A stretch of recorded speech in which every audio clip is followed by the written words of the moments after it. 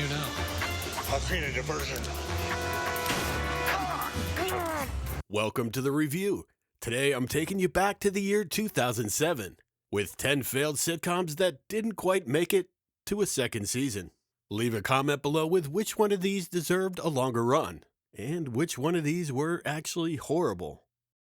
Number 10, Aliens in America. What's so funny about peace, love, and understanding? High school is already a social minefield for Justin Tolchuk, a lanky, awkward 16-year-old just trying to survive life in suburban Wisconsin.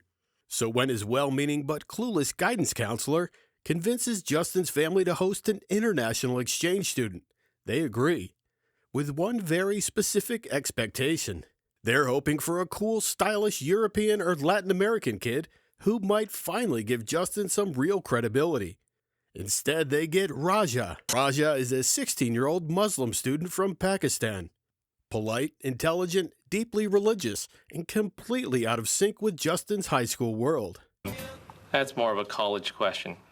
At first, Justin is mortified.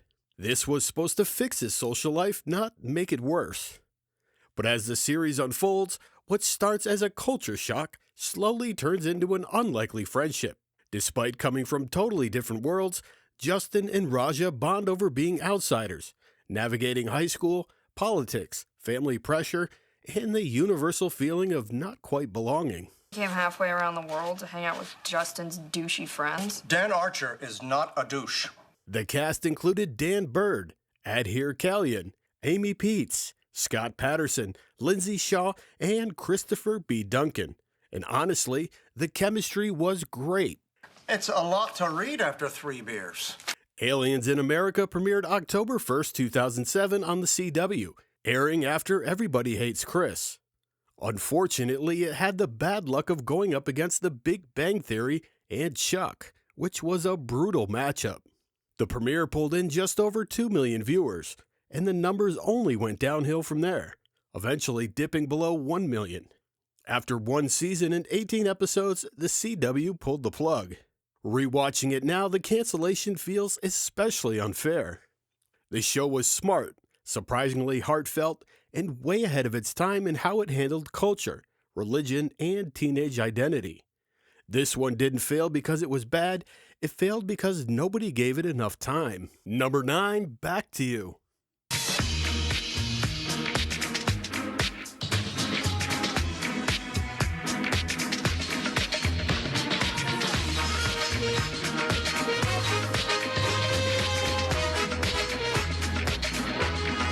Created by sitcom heavyweights Christopher Lloyd and Stephen Levitan, Back to You looked like a guaranteed hit on paper.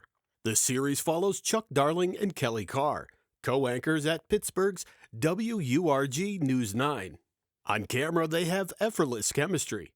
Off camera, they can't stand each other. You want the real breaking news? I cannot do this with you again, you preening gas bag!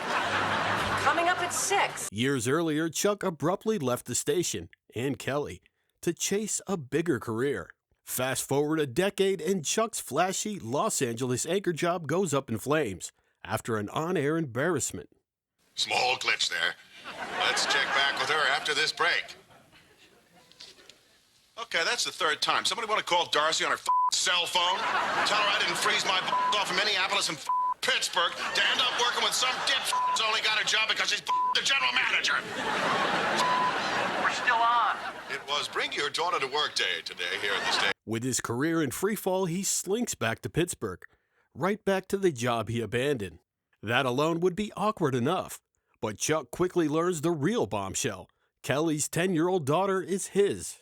Well, He doesn't get a vote, and he was just leaving.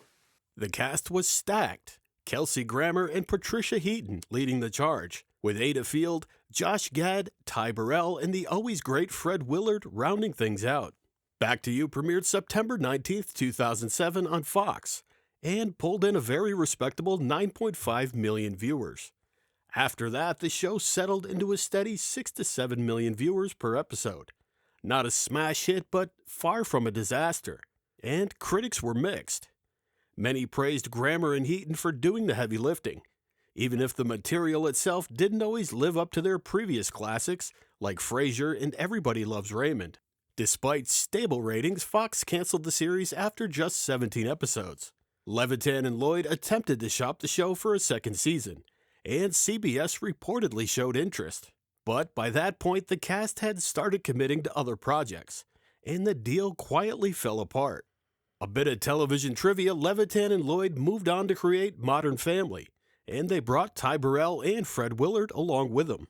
So in the end, Back to You didn't just disappear, it became a stepping stone to one of the biggest sitcoms of all time. Number 8, The Knights of Prosperity. Gentlemen, we have ourselves a criminal organization. May we henceforth be known as the Knights of Prosperity. Okay, issue 1, the name sucks. Issue 2, get off my cab. Created by Rob Burnett and John Beckerman, The Knights of Prosperity took a swing with a pretty ridiculous and surprisingly fun premise. The series follows a group of lovable misfits who are desperate for cash and come up with what they think is a foolproof plan: rob celebrities. Their first target, Mick Jagger. I don't get it. Why Mick Jagger? Why not some other celebrity like Alex Trebek or Willem Dafoe or James Van Der Beek or Jeff Conaway? Each episode centers on the crew's elaborate planning sessions, followed by their inevitable misadventures, where absolutely everything goes wrong. It's a classic heist setup, if every heist were doomed from the start. A flower delivery. What's the matter with you? Bird flu. The cast was an unusual but strong mix, led by Donald Logue and featuring Sofia Vergara, Lenny Venito, Maz Jobrani, Kevin Michael Richardson, and Josh Grassetti. A lineup that feels even more impressive in hindsight. Mick Jagger wasn't the only celebrity in their crosshairs. Over the course of the series, the crew also attempted to rob Ray Romano and Kelly Ripa, who played along as exaggerated versions of themselves. The Knights of Prosperity premiered January 3rd, 2007 on ABC, which was already a bad sign.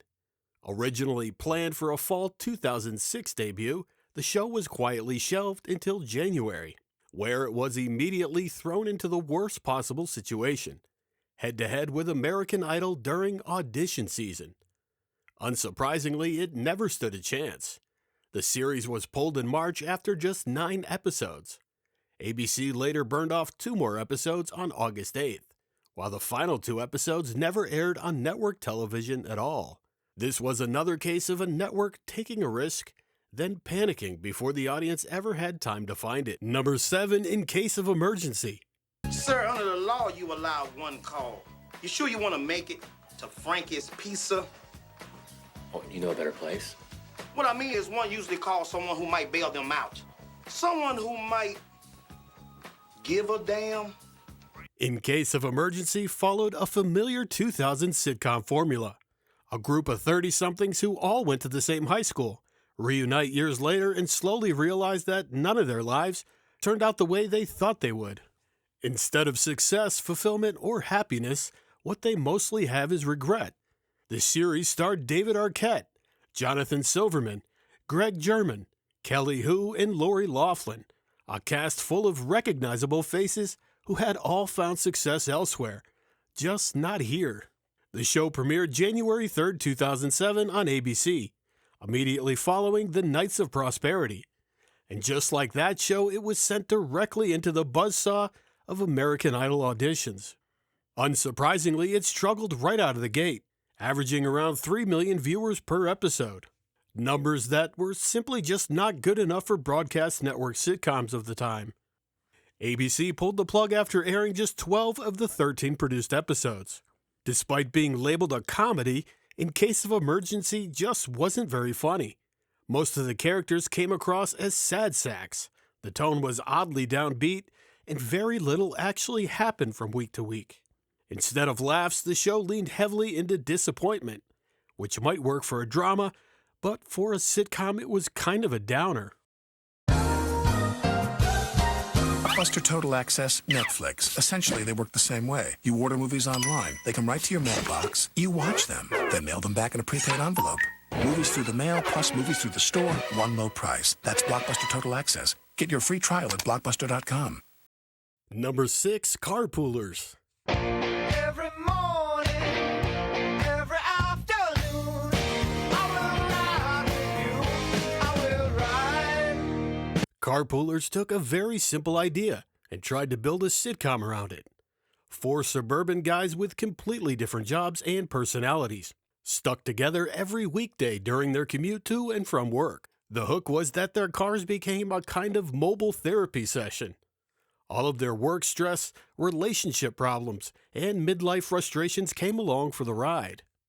My wife gets my checks. I don't even know how much I make. My wife and I got it all worked out. She gets everything. Her lawyer saw to that. The series starred Fred Goss, Faith Ford, Jerry Minor, Tim Pepper, Allison Munn, T.J. Miller, and Jerry O'Connell, which was a surprisingly solid cast. Carpoolers premiered October 2nd, 2007 on ABC, in a brutal time slot, going up against NCIS on CBS, Bones on Fox, and The Biggest Loser on NBC. Even with that competition, the premiere pulled in a respectable 9.1 million viewers. Unfortunately, that was the high point. Week after week, the numbers steadily dropped. After just 6 weeks, ABC put the show on hiatus, and when it returned in January, most viewers had already checked out. Bye! Love you. Love you too. Not you. I like you. Bye. Ratings fell to under 4 million per episode, sealing its fate. Critics were split. Some dismissed it as simply not funny, while others generously referred to it as Seinfeld on wheels. In the end, Carpoolers wasn't bad. It just wasn't strong enough, distinctive enough, or consistent enough to earn a second season. Number 5, Andy Barker P.I.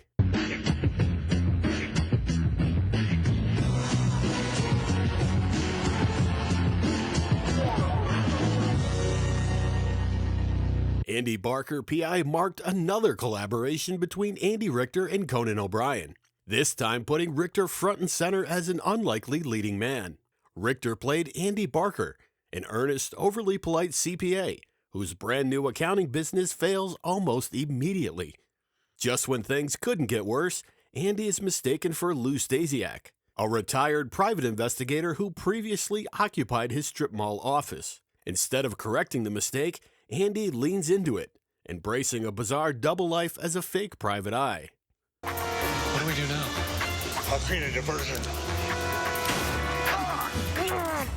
The show also featured a great supporting cast, including Tony Hale as Simon and Harvey Presnell as the real Lou Stasiak, along with a collection of oddball strip mall neighbors who helped give the series its offbeat charm. Andy Barker P.I. premiered Thursday nights at 9 following Scrubs, and unfortunately went head-to-head with Grey's Anatomy. The pilot pulled in just over 6 million viewers, but ratings dropped steadily each week. After only 4 episodes, ABC canceled the series. The final 2 episodes were burned off on Saturday, April 14th. Despite its short run, reviews were generally positive, and Andy Barker P.I. is remembered fondly by those who saw it. A smart, low-key comedy that just never found the audience it deserved. Number 4, Big Shots.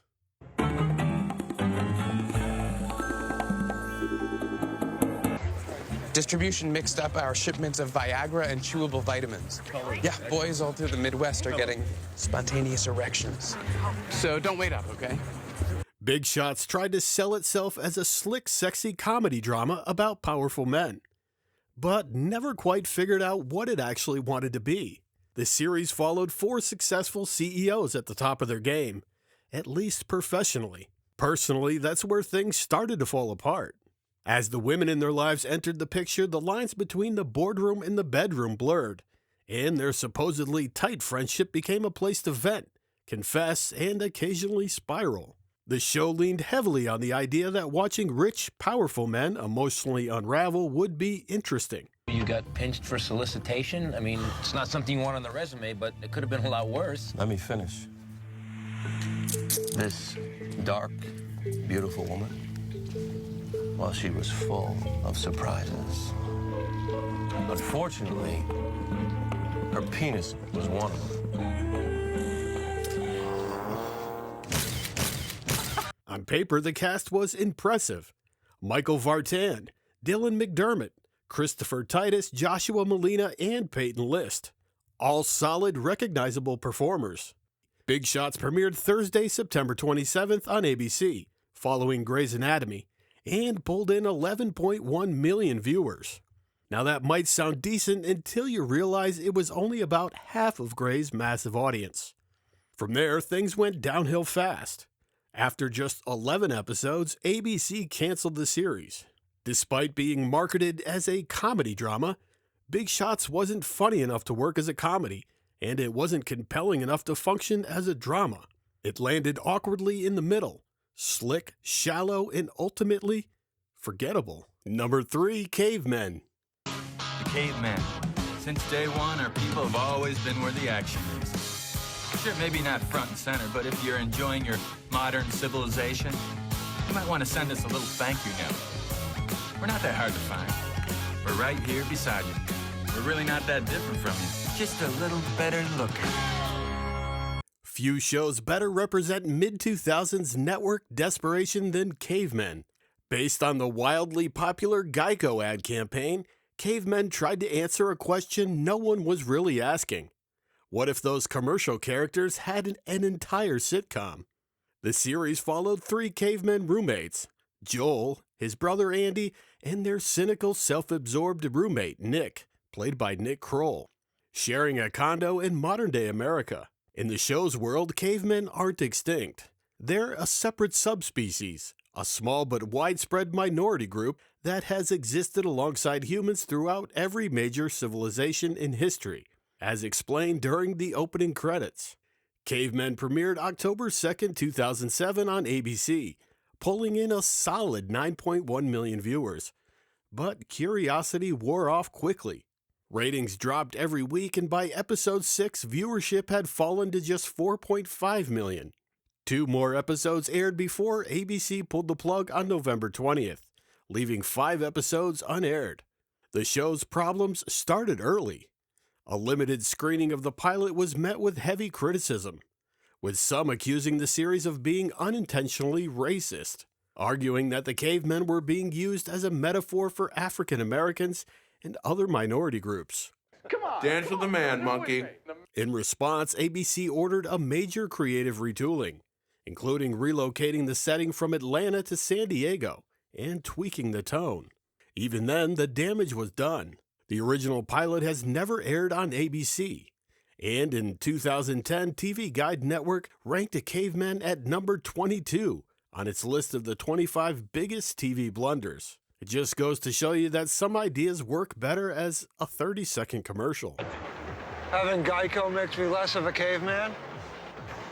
Tina's here. We're getting back together. Hey, give us a minute.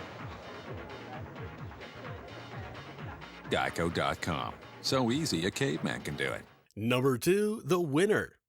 My name is Glenn Abbott, and I'm the richest man in Buffalo. But to understand my story, you have to go back to the beginning of my wonder years. In 1994, the very last summer of my childhood, the summer I turned 32 and became a man. The Winner came from the producers of Family Guy and tried to blend that sensibility with a more traditional multicam sitcom format, with mixed results. The series starred Rob Corddry as Glenn Abbott, a successful 43-and-a-half-year-old man looking back on his much less successful life in his early 30s.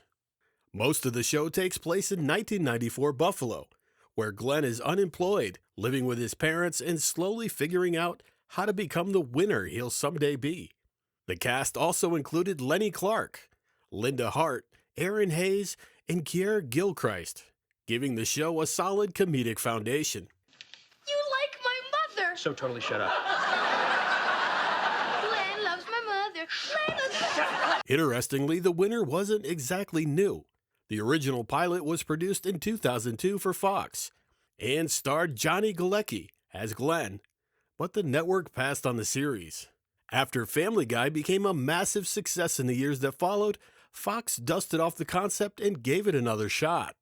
The show premiered Sunday, March 4th, 2007, airing after The Simpsons and pulling in 7.1 million viewers. While it's not terrible, ratings steadily declined, dropping to 5.1 million by the end of the 6th episode. Fox officially canceled the series shortly after. Reviews were mixed. Critics and audiences alike complained about the aggressively loud laugh track, while others praised it as one of the funniest new shows of the season. Personally, I liked The Winner. It wasn't perfect, but it felt like a show that needed time to grow, something it was never given. Then you just lay in bed all last summer, obsessed about the death of Hervé Villachez. Hervé Villachez! Honey, that was so sad. He shot himself in his itty-bitty little midget chest. Number 1, I Hate My 30s.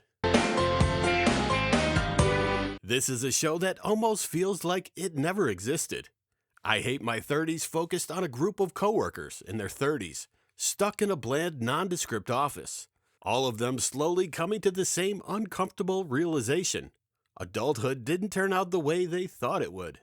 Each episode revolved around a shared frustration or life obstacle, with guidance from Dr. Rod, who acted as a sort of therapist and narrator, offering commentary on the group's collective midlife malaise. The series was created by Bryce Beckham, best known as Wesley Owens from Mr. Belvedere, and premiered July 26, 2007 on VH1. The show barely had time to find its footing, lasting just 8 episodes before quietly disappearing. Critical reception was mixed. Some reviewers saw flashes of Scrub-style workplace humor, while others criticized the writing and weak punchlines. What really makes I Hate My 30s stand out, though, is how completely it vanished. Full episodes are nearly impossible to find online today, making it one of those rare modern shows that's effectively become lost media. And that makes it a fitting number 1, a forgotten series about feeling forgotten, airing at a time when television was already moving on without it. As always, thanks for watching, and if you've enjoyed this video, please subscribe for more videos just like this.